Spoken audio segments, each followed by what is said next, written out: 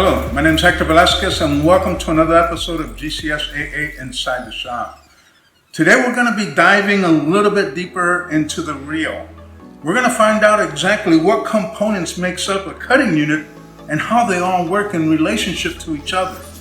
Now with me is John Patterson, who's going to help me kind of explain how all this works and what is his best practice to be able to maintain a cutting unit. Really excited to have him, so let's get started. Hi, my name's John Patterson, and I'm the equipment director here at the Atlanta Athletic Club in Johns Creek, Georgia. Been here for about 7 years and just loving life.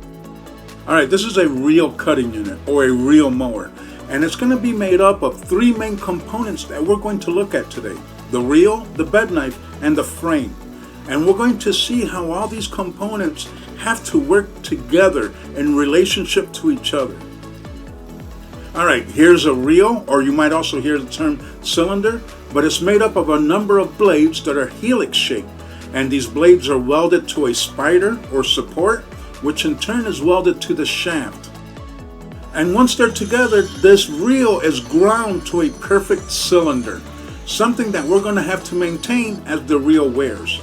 Now let's look at the blade. Notice the thickness of this blade.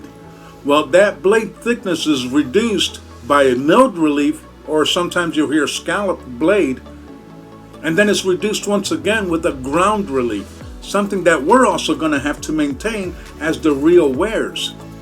Grinding a relief on each blade reduces the amount of material coming across the bed knife at the shear point.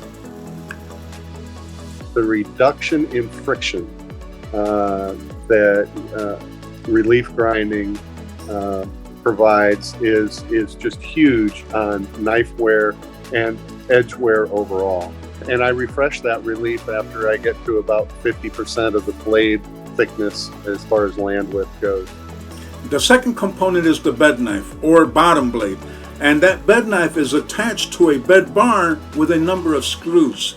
The bed knife is also ground, both the front face right here to a specific angle and the top face is also ground to a specific angle and make sure that it's a true flatness, because these two components have to work together.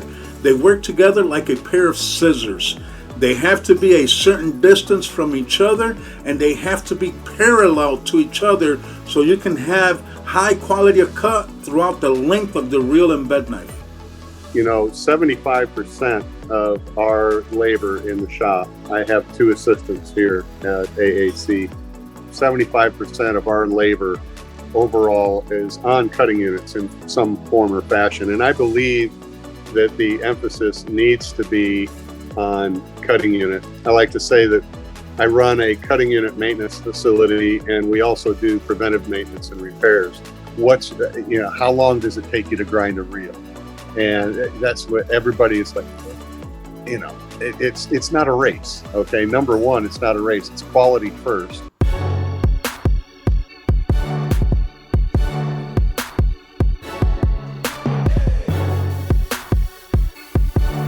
But overall, floor to floor should be about 20 minutes on a cutting unit. And the third component is the frame.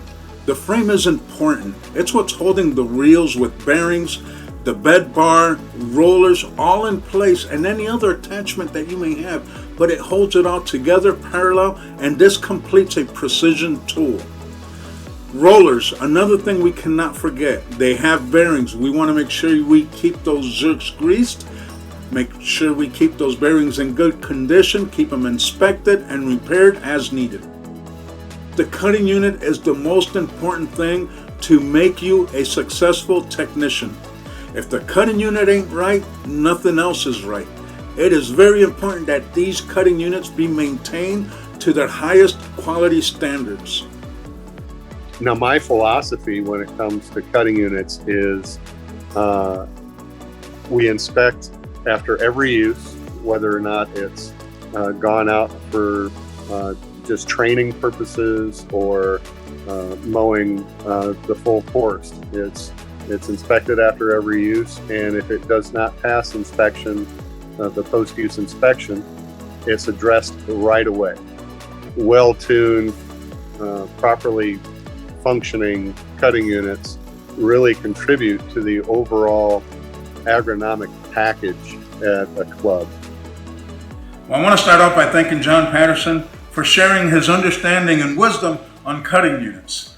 Now, what we've given you here is just a basic understanding on how a cutting unit works.